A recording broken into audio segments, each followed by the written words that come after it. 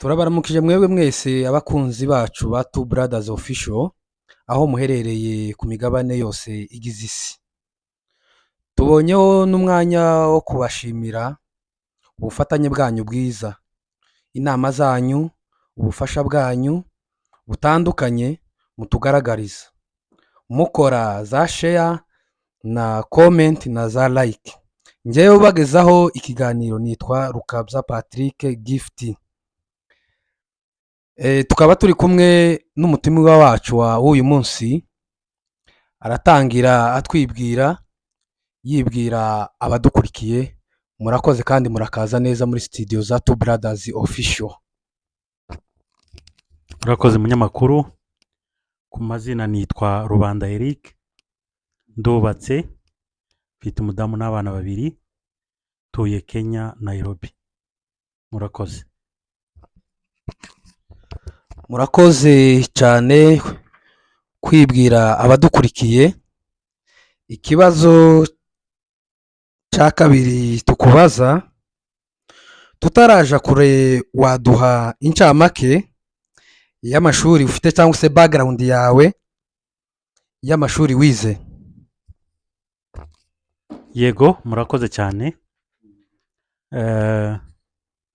Nize amashuri abanza, nayigiye mu gihugu cya Congo, nza gukomerezaho amashuri yisumbuye, nayigiye mu bihugu bibiri, u Rwanda n'u Burundi. Nza gukomeza kaminuza mu gihugu cy'u Burundi nanone, mu ishami rya informatique cyangwa se faculté informatique, aho hari mu 2010 nibwo na graduatinze muri informatique. Murakoze. Muri 2016 nanone ngeze muri iki gihugu cya Kenya, narakomeje kwiga ibijyanye na theology, kaba naragraduatinze imyaka 5 ishize, mbona licence muri theology cyangwa se muri yo bita theological studies. Murakoze cyane. Murakoze, umutumirwa wacu urakoze cyane kutubwira background yawe cyangwa se ubuzima bwawe bujyanye n'amasomo. Ikibazo cya gatatu nshobora kukubaza, ko watubwiye ko ufite degree muri informatique, kubera iki atari yo wakomeje kwiga muri masters uhitamo kwiga theology, akaba ari nayo wakomerejemo kwiga mu ishami rya Biblical Counseling Masters? Kubera iki iyo informatique atari yo wakomeje kwigamo masters n'ibindi za PhD? Murakoze cyane, icyo ni ikibazo cyiza. Byari mu nzozi zanje kuva kera. Nari mfite inzozi yo kwiga amafakulite 3, nize iyo informatique, nize na theology ndetse n'amategeko. K'umukristo rero, ngeze maze gufata licence muri theology, nifuje guyikomezamo nk'umukristo kugira ngo nunguke ubumenyi mwiyobokamana. Murakoze. Urakoze. Ikibazo kindi dusatira ku kibazo cya nyuma nshobora kukubaza, tubwire, muri iki gihugu biragoye, amashuri aragoye cyangwa se amashuri arahenze muri rusange, watubwira uburyo usabwa kugira ngo wige? Hano tubwiye ko wigiye ubona degree, uri muri masters, none se ubushobozi bushobora kuba buva hehe? Ibisabwa cyangwa se criteria cyangwa se n'uburyo busaba financial byaba ubibona gute? Cyangwa se nk'abantu bakeneye kwiga ubagiriye inama kugira ngo nabo bagane ibyo bigo by'amashuri kugira nabo bashobore kwiga, cyane cyane nk'urubyiruko wa none? Murakoze cyane. Ntangira amashuri hano muri Kenya, babwiye ko nize imyaka 5 kuva mu 2016 kugeza 2021 nibwo na graduatinze muri licence. 2022 mu kwa mbere ntangira masters. Tangira umwaka wa mbere nawutangiye ndi umuzamu nkora ubuzamu hano muri Kenya, ariko kubera umwete n'umuhate nari mfite abarimu barabirebye bagenda bangabanyiriza amafaranga. Ni ukuvuga kuva ntangiye iyo myaka 5 yose nishuraga 1/2 cyayo abandi bishura cyangwa se ayo ikigo bisaba. Rero warubajije ikijyanye n'icyo nabwira abandi bashaka kwiga. Igisabwa cya mbere ni umwanya mutoya ufite n'ubushobozi bwa bukeya, ukabyongeraho gushaka n'umwete. Muri iki gihugu gitanga amahirwe menshi kandi menshi yo kwiga, bivana n'uko wowe ufite umwete. Ngeze muri masters naragiye negera ikigo, umuyobozi w'ikigo, ndamubwira ngo aya niyo mfite imbere n'inyuma kandi ndashaka kwiga. Yampaye condition yo kudasiba mu ishuri, ansaba kuba ngaragaza umwete. Ibyo narabikoze kandi mu mezi 8 ashize niga, mwarimu yarabinshimiye rwose. Rero nashishikariza urubyiruko n'abantu bifuza kwiga, tusuzugure cyangwa ntiwibaze ngo ese nta mafaranga ufite. Wowe ushake ugira umwete gusa, ugende wegera ibigo, ni byinshi. Ufite umwete ntacyo utageraho. Kino gihugu yego kiragoye, ubuzima buragoye turabizi, ariko kandi umwete wawe ukugeza ku nzozi zawe. Ndabashishikariza urubyiruko rwose bifuza kwiga, mugende mu bigo, mubabwire ko mushaka kwiga, ndetse n'ubushobozi bukeya mufite mubabwire. Icyo nzi cyo naje ubwanje munyegere nabibafashamo. Murakoze. urakoze mutumiga wacu. Hano cyane cyane ndavuga hejuru y'ubwoko bwacu buri n'ahangaha mu buhungiro, usanga nk'umuntu wenda akora akazi, utuzi dutandukanye kugira ngo babashe kubona imibereho ya buri munsi yo mu buzima busanzwe. None se nk'uwo muntu ashobora kwiga kandi akorera wenda urugo nka famiye kugira ngo babone amaronko?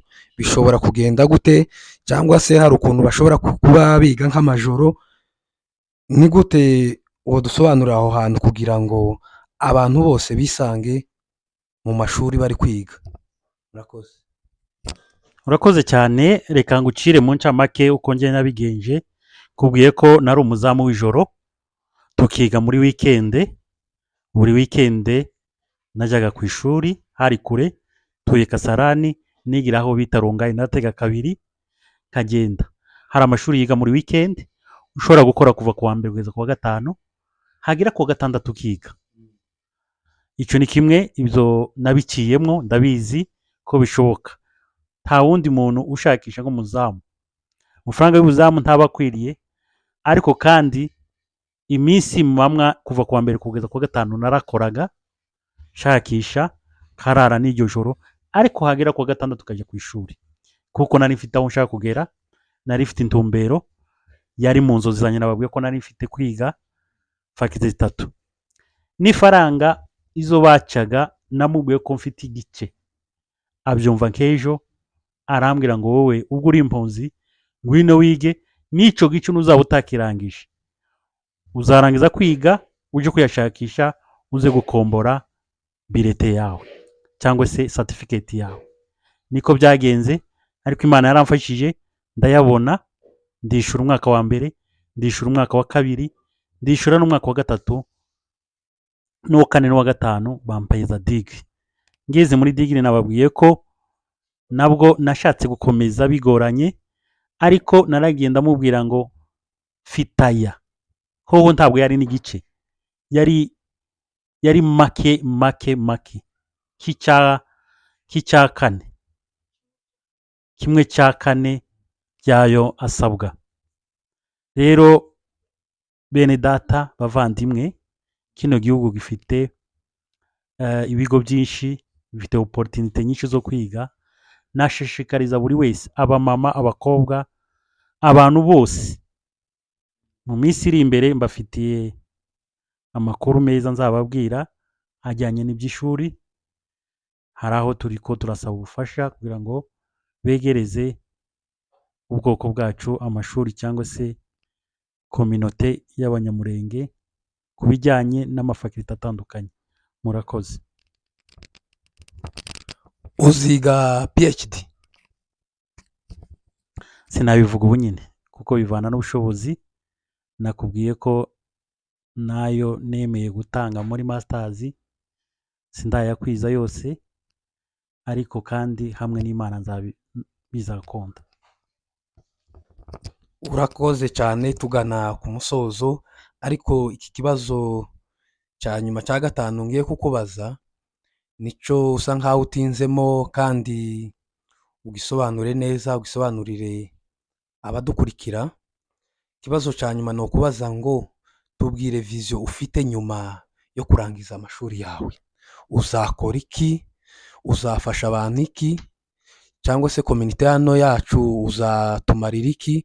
Watubwira viziyo ufite nyuma yo kurangiza amashuri, icyo uzageza ku bantu. Ubundi viziyo iba iri private kuko si byiza kuvuga imigabo n'imigambi yawe, ariko reka ubwo binsabye kubikubwira, reka mbikubwire. Mu ncamake ibyo nifuza biri imbere, bishobora kuba umwaka utaha, bishobora kuba mu mezi ataha, bishobora kuba mu myaka iri imbere ntazi, ariko biri ku mutima, ndabisengera, ndabishakisha. Icya mbere nifuza kuzafungura ishuri ryigisha ku buryo bwa makeya, mbese school fees ya make, batanga amafaranga make. Ibyo nzabikora mbifashijwe n'Imana. Icya kabiri, nzafungura ofisi ya biblical counseling cyangwa se ya counseling ariko mu buryo bw'iyobokamana, aho tuguha inama dukoresheje ijambo ry'Imana. Iyo ofisi ndayiteganya vuba bidatinze. Icya gatatu, nzakora icyo bita training, short training, mbese aho uhugura abantu mu gihe gitoya gishoboka, ukaba wabaha amasertifika azabafasha. Nkaba nteganya kuzakora amatraining mu bice bitandukanye, nk'igice cya mediation cyangwa se ubwunzi. Abumva icyongereza mediation bazi icyo ari cyo, bazi n'akamaro kayo. Icya kabiri, muri coaching and mentorship, gutoza no gutanga inama ku bantu b'abayobozi, hariyo coaching and mentorship, hariho missiology, hariho counseling, hariho na leadership. Ibyo kazakora short training cyangwa se mu gihe gitoya ukaba wabasha kubona icyo twita certificate cyangwa diploma bivanye n'igihe uhuguwemo. Murakoze. Urakoze cyane. Ijambo rya nyuma wobwira abakunzi cyangwa se abakozi ba Two Brothers Official ni iki wababwira? Urakoze cyane bwana munyamakuru kubariza abakunzi. Ijambo ry'uno munsi cyangwa se intego y'iki kiganiro kwari ugushishikariza abantu kwiga utitaye ku bushobozi ufite, ariko urebe intumbero ufite cyangwa se vision ufite. Rero icyo nabashishikariza abantu bose ni ukwiga, kandi kwiga ibintu bitandukanye, imyuga ndetse n'ibindi bitandukanye. Murakoze cyane. Urakoze cyane umutumirwa wacu w'uyu munsi, turagushimiye kandi imiryango irafunguye kuri tu bradazi ofisho, buri gihe uko tugukeneye turanakubona kandi tunagushimira kuri ubwo butwari tugaragariza. Uko tugukeneye turakubona kandi urimo impano ikomeye kugira ngo abantu bose uzabafashe muri rusange kugera ku ntego zabo cyangwa se kuri viziyo zabo. Ikindi abahanga baravuze ngo ikaramu cyangwa se amasomo ni inka itaramburura. Bishatse kuvuga yuko aho woja hose ku migabane igize isi yose, aho woja hose warize ushobora kubaho neza, ushobora kubona imirimo, ushobora kwiyadabuta mu bintu bigiye bitandukanye. Kandi uko dushishikarije kwiga, abantu bahaguruke, urubyiruko ruhaguruke rwige. Si ukwiga gusa, bige ibyongereza, bige ibichina, bige indimi zose, ku buryo ubu ngubu igifaransa n'icyongereza byabaye indimi rusange, ariko n'izindi ndimi tugomba kuziga kugira ngo ejo n'ejo haza n'umuntu nko mu makanisa cyangwa se mu bigo runaka uvuga igishinwa abone umutaranzileta. Rero urakoze kandi tuzakomeza tugukoreshe mu bintu bitandukanye, kandi utubwiye ibintu byinshi hano uzagenda utwigisha. Wavuze ngo uzafungura ibigo by'amashuri, nurangiza gufungura ibigo by'amashuri uzakora ingendo shuri, ugende ujana abantu ubaha amatrening agiye atandukanye. Ibyo byose abantu bazakugana kandi abantu ukomeze ubahe ubwenge n'ubumenyi. Urakoze, naho mu kindi kiganiro cy'ubutaha, mbwira umunsi mwiza.